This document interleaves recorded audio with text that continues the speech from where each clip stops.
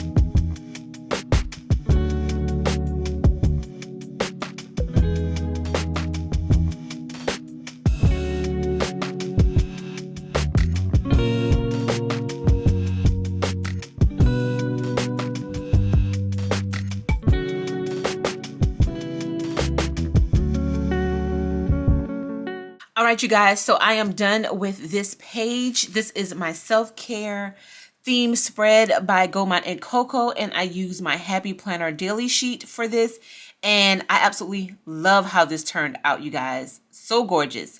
So I cannot wait to do another spread in this self-care. If you enjoyed this video and enjoyed this setup, then make sure you give this video a thumbs up. And if you are new here, I do hope you consider subscribing to my channel. Thanks for watching, and I will see you guys in the next video. Bye, guys.